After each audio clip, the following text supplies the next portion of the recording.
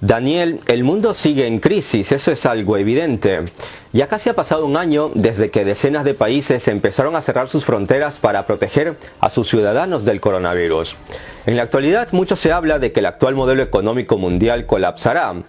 En ese sentido recuerdo que hace unas semanas conocimos un dato impactante, y es que en medio de la crisis Estados Unidos encendió sus impresoras de dólares a toda máquina e imprimió el 22% de todos los billetes verdes imprimidos en los 2 siglos de historia de esta divisa. Todo un récord, ¿no? ¿Por qué el dólar se puede imprimir a este ritmo? ¿Hacia dónde va Estados Unidos con una deuda estratosférica? ¿Y hacia dónde se dirige el dólar estadounidense si este se imprime, al parecer, sin ningún tipo de respaldo? ¿Colapsará el modelo económico mundial? ¿Habrá reseteo económico? ¿Y cómo este se podría llevar a cabo? Efectivamente, Gabriel, con todos los dólares americanos impresos, la semana pasada la deuda nacional de Estados Unidos superó los 28 billones de dólares por primera vez en la historia. Y llama la atención que Estados Unidos tardó más de 2 siglos acumular su primer billón de dólares en deuda, un hito alcanzado por primera vez 22 de octubre del año 1981 durante la presidencia de Ronald Reagan. Y en esos 2 siglos, estamos hablando de 75.000 días. Estados Unidos participó en 2 guerras mundiales, luchó contra la pandemia de gripe española, lidió con la Gran Depresión, libró la Guerra Fría contra la Unión Soviética, luchó la guerra civil contra sí mismo, llegó a la luna, etc., antes de incurrir en esa deuda, primer, digamos, billón de dólares. Y en este momento están hablando ahora de imprimir 3,4 billones de dólares más en los próximos meses, ronda de los llamados estímulos en Estados Unidos.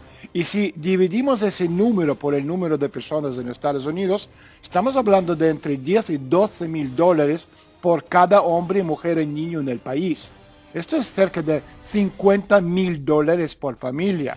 Pero las familias como mucho van a recibir unas migajas. Entonces la pregunta es, ¿a dónde va todo este dinero? Bueno, va a las grandes corporaciones dirigidas por multimillonarios que se han estado pagando enormes salarios, beneficios, bonificaciones, opciones sobre las acciones. El estímulo, digamos, aumentará aún más la diferencia entre los ricos y los pobres. Y lo importante de entender con los billones de dólares impresos del aire, el mundo no ha crecido o ha creado ninguna riqueza neta. En cambio, la riqueza se ha inflado artificialmente mediante la creación del crédito, la impresión del dinero de la, digamos, misma magnitud. Sí, fue creado simplemente imprimiendo dinero por un monto de 200 billones de dólares en los últimos 20 años. Estados Unidos puede hacerlo porque tiene esta maquinita que imprime dólares americanos.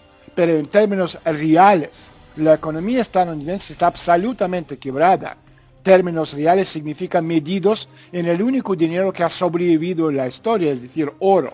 Y a medida que las divisas colapsan, lo más probable es que vamos a ver primero una hiperinflación. Eso podría impulsar temporalmente los precios de los activos en términos nominales, pero ciertamente no en términos reales. También habrá una implosión tanto de la burbuja de la deuda como de las burbujas de activos en acciones, en bonos y también obviamente propiedad.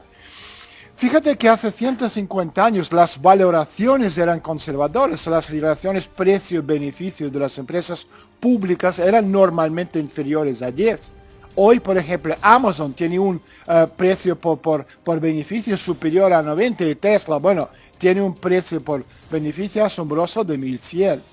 Y entonces, sobre una base histórica, todas las empresas más grandes del mundo hoy en día están sobrevaloradas en precio y beneficio de 32 a 1100. Esto es lo que sucede cuando la estrategia económica primaria de todos los gobiernos y de los bancos centrales consiste en crear dinero de la nada y luego estos fondos se utilizan para respaldar el mercado de valores. Tenemos problemas importantes y potencialmente terminales en el sistema financiero desde septiembre del año 2019. Tenemos un virus que ha provocado el colapso de gran parte de la economía mundial debido al manejo de este virus por parte de los gobiernos. Pero a pesar de estos problemas masivos, los mercados de valores alrededor del mundo están en auge. Fíjate, la relación Dow-Gold es, ya no sé lo que es, sí, es más o menos 15. En 1980 era 1-1. Es decir, Dow estaba en 850 puntos y el oro en $850. Y el objetivo, obviamente, de relación es 0,5-1. Y esto significa que el Dow perderá o podría perder 97% de su valor en los próximos años. Y pocas personas creen que esta magnitud de declive sea posible, pero te quiero recordar que el Dow en sí mismo bajó el 90% entre 1929 y 1925 y después pasaron 25 años antes de que se recuperaran los mercados. Con una guerra mundial en medio que Estados Unidos, más que cualquier otro país, obviamente aprovechó, hablando de la Segunda Guerra Mundial, para convertirse en el líder indiscutible del mundo. Ahora, esta vez la situación es dramáticamente peor, tanto desde el punto de vista de la deuda como de las sobrevaloraciones de las acciones. Entonces, la caída de 95% o más no es irreal.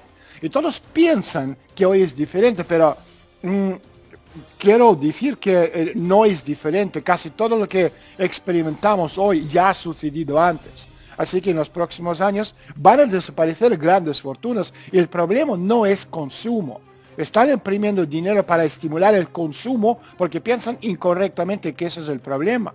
Pero tú no puedes tener consumo sin producción y todas las nuevas reglas y dinero falso dificultan la producción y, digamos, al imprimir dinero están animando a la gente a disipar la capital, ya sea hipotecando su propio futuro, consumiendo o capital que las generaciones anteriores han creado.